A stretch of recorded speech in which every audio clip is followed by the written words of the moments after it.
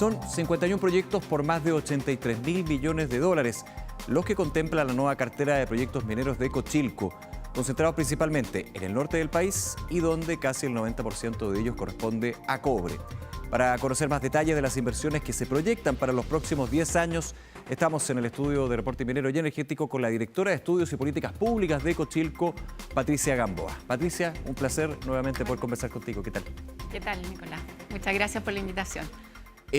Muy buenas noticias, pero para poner la pelota al piso, digamos, ¿cómo lo realizan desde Cochilco? Porque hay un crecimiento importante en lo que es la cartera de inversiones en años donde la situación era bastante más complicada. ¿Se nota un punto de inflexión o hay que entrar al detalle como lo estaremos haciendo en esta conversación? Son buenas noticias, es una cartera positiva. Si nosotros tenemos historia de más de 20 años en este informe, se actualiza anualmente y tiene una metodología muy rigurosa en términos de que considera no solo las probabilidades de ocurrencia de los proyectos, sino también el estado del proyecto, si es una reposición, si es una expansión o si está ya en ejecución o no. Entonces, la recopilación se hace en base a antecedentes técnicos y antecedentes públicos y oficiales. Entonces, el que sea la cartera 83.000 millones para el periodo 2024-2033 marca un hito porque es la más alta desde el 2005. Y efectivamente es un nivel que supera en 26,6% al año previo. La verdad que esta recopilación se hace no solo para proyectos de cobre, también se incluye litio, hierro, oro y otras iniciativas industriales, y por lo tanto es un catastro minero bastante completo. Patricia, yo decía algunos factores. ¿Cuáles son los que están determinando entonces tener este crecimiento de 26,6% con respecto a 2023 y llegar a esta cifra de más de 83.000 millones de dólares? Entran 11 proyectos por alrededor de 15.000 millones de dólares. El principal es el proyecto de Freeport, que es la expansión del Abra por 7.500 millones. Y también hay proyectos nuevos que tienen que ver con una readecuación de su faena que está haciendo los bronces y también el proyecto de litio en el Salar de Maricunga que va a llevar a cabo Codelco. Que está contemplado en el catastro ya con la fase 1 y la fase 2. Claro. Eso es por sobre 2.000 millones de dólares. Y también hay un proyecto nuevo de modernización de la planta de lixiviación de Freeport. Hay más proyectos, pero yo diría que esos son los relevantes. Hay otros proyectos que ya estaban incluidos en la cartera anterior y que ahora solo van actualizándose. Ya. Pero en términos de proyectos relevantes, esos son los que están incluidos. Es importante mencionar que no está incluido el reciente anuncio de BHP referente a una importante inversión en Escondida. En la concentradora sería de alrededor de 5.000 millones. ¿Por qué no se considera?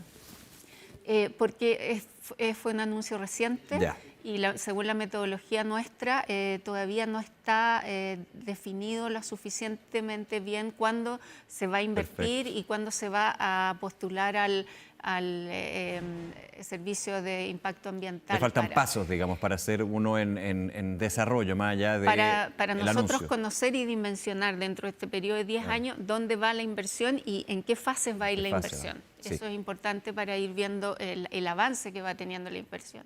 Por ejemplo, esta inversión de 83.000 millones, si tú la desglosas en el periodo, te das cuenta que en el corto y mediano plazo tienes casi un 50% de la inversión, que lo que es bastante importante. Sí, claro. Patricia, en la mayoría, claro, porque tú mencionabas, muy importante para tenerlo en consideración, lo más relevante en términos de monto y también de la envergadura que significan, pero en general, para llegar a esta cifra de 83.000 millones de dólares, en términos de proyectos nuevos, ¿hay una diferencia con respecto a años anteriores? ¿Es positivo? ¿Hay más proyectos nuevos que antes? ¿O son más ampliaciones y reposiciones de algunos yacimientos?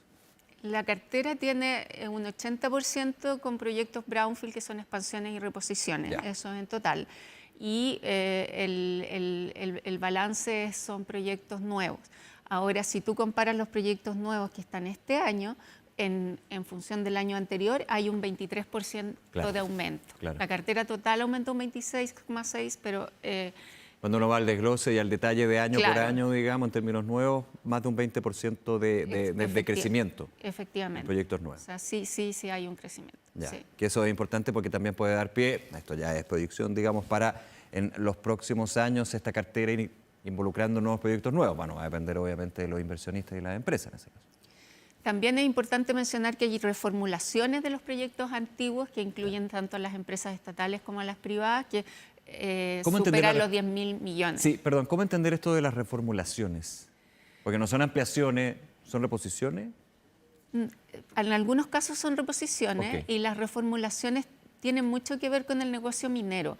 El proyecto en sí minero se formula, pero a medida que se va desarrollando e implementando, esto puede ir cambiando el dimensionamiento del proyecto, el área en la que tengo que explotar, la forma en la que tengo que hacer, y eso evidentemente puede alterar los costos de los proyectos que estaban formulados inicialmente, cómo estaban formulados inicialmente. Claro. Patricia, a modo general, ¿cómo esta cartera de proyectos y la dimensión que estamos haciendo en términos de las cifras y lo que se va concretando va a tener un impacto en el desarrollo económico y en el desarrollo de la industria también, en la mirada que tienen en Cochilco? En términos de producción, si tú miras la cartera, la capacidad de producción en este periodo debería aumentar en 2.200.000 toneladas. Ya. Ahora, esto es una capacidad, no significa que efectivamente la producción de cada uno de estos proyectos va a llegar al máximo de capacidad. Perfecto. Pero sí Pero es eso un el potencial. esperado, el potencial, perdón. Claro, es un potencial y también se espera que la producción de Chile se vaya recuperando gradualmente a medida que se vaya recuperando Codelco, que es lo que han anunciado sus autoridades, y también a medida que vayan entrando los nuevos proyectos que ya están en carpeta, que ya están en ejecución y que deberían estarse implementando en los próximos años.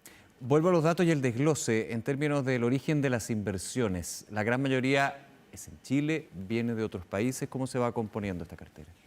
El 56% es de origen nacional, principalmente porque proviene de Codelco mayoritariamente.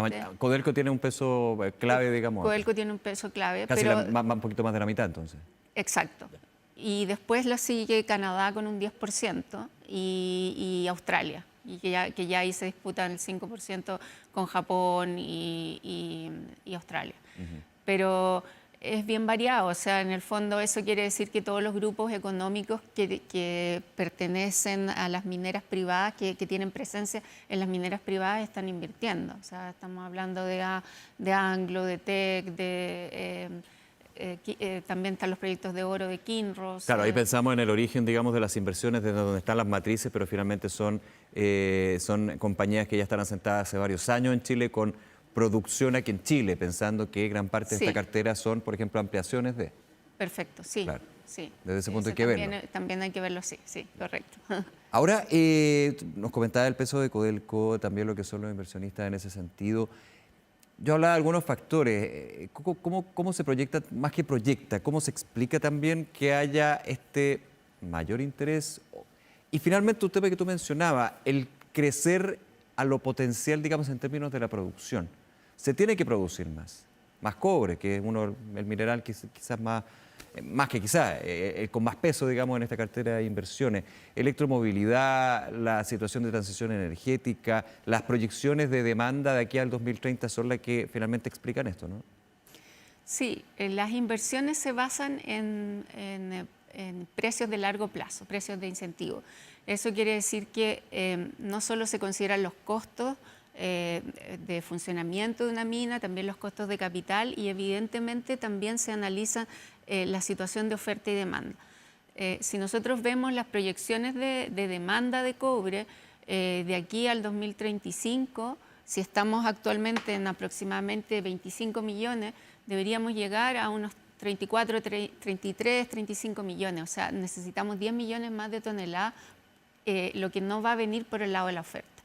Entonces, eso significa que los precios de largo plazo, que son los que se utilizan para evaluar las inversiones, Aumentan. están en una etapa de buen pronóstico. Claro. Solamente por la ley, digo solamente, pero por la base, digamos, de la ley de oferta y demanda, digamos. Exacto. En términos de esa proyección. Eso incentivaría que efectivamente se sigan pensando en nuevos proyectos.